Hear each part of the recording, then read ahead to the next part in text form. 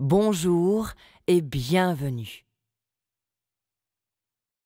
Métal le plus précieux du monde, objet de convoitise, symbole de richesse, l'or nous fascine. Cette exposition raconte l'histoire millénaire de l'or dans les arts textiles et dévoile la beauté des costumes féminins du Maghreb au Japon, en passant par les pays du Moyen-Orient, l'Inde et la Chine.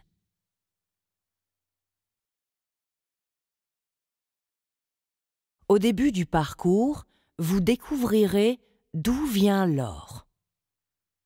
Au-delà des mythes et des légendes, de récentes découvertes scientifiques nous ont permis de comprendre que l'or provenait en fait de l'espace. L'être humain a très tôt compris que l'or était un matériau indestructible et malléable qu'il pourrait transformer en ornement pour les vêtements.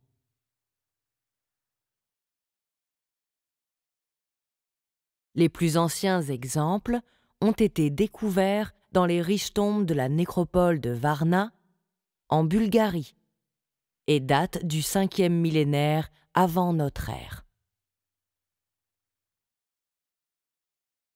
Puis, les techniques se sont modernisées peu à peu, et on a réussi à utiliser l'or pour créer et embellir des tissus symbolisant le luxe le plus extrême. En parcourant les 5 sections de l'exposition, vous partez en voyage pour découvrir ces textiles. Le parcours est ponctué de tenues de la créatrice Guo Pei, née en Chine en 1967. Fascinée par l'histoire de son pays et les cultures de l'Orient et de l'Occident, elle imagine des robes où se mêlent soie, pierres précieuses, plumes, perles et surtout de l'or.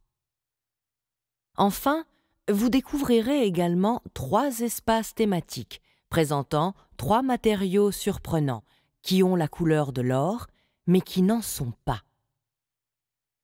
La première section présente des costumes féminins au Maghreb. Caftan du Maroc, tunique, robe de mariage et gilet de Tunisie, écharpe et corselet d'Algérie. Ces costumes montrent la diversité de l'utilisation de l'or à travers des techniques de décor de tissu, comme la broderie de sequins, de cannetilles ou l'utilisation de galons tressés. Vous continuerez votre voyage avec les gilets et boléros en Turquie. Puis les robes d'Égypte, du Liban, de Turquie, d'Irak, du Yémen et de l'Iran, qui mettent en valeur la technique de la lame dorée et du filet. Ce dernier est un fil constitué d'une âme textile, par exemple en soie, autour de laquelle on vient enrouler une fine lamelle dorée. Dans cette partie, on met à l'honneur les tenues de mariage et de fête portées par les femmes des pays arabes du Golfe, de l'Arabie saoudite au Qatar, en passant par le Koweït et le Bahreïn. Le voyage se poursuit en Inde et en Asie du Sud-Est. L'or y est un symbole de richesse, mais aussi du pouvoir des dieux. Vous verrez des costumes de cérémonie et de danse de cour tissés, brodés ou ornés d'impressions à la feuille d'or. En motif central ou en bordure, ce métal précieux habille les saris, sarongs, étoles et ceintures portées pour les mariages.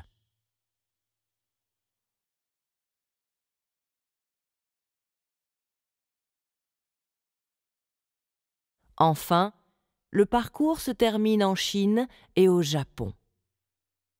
Avec de spectaculaires tuniques et kimonos en soie brodée de fil d'or, témoins des richesses et privilèges des courtisanes et femmes de la haute société.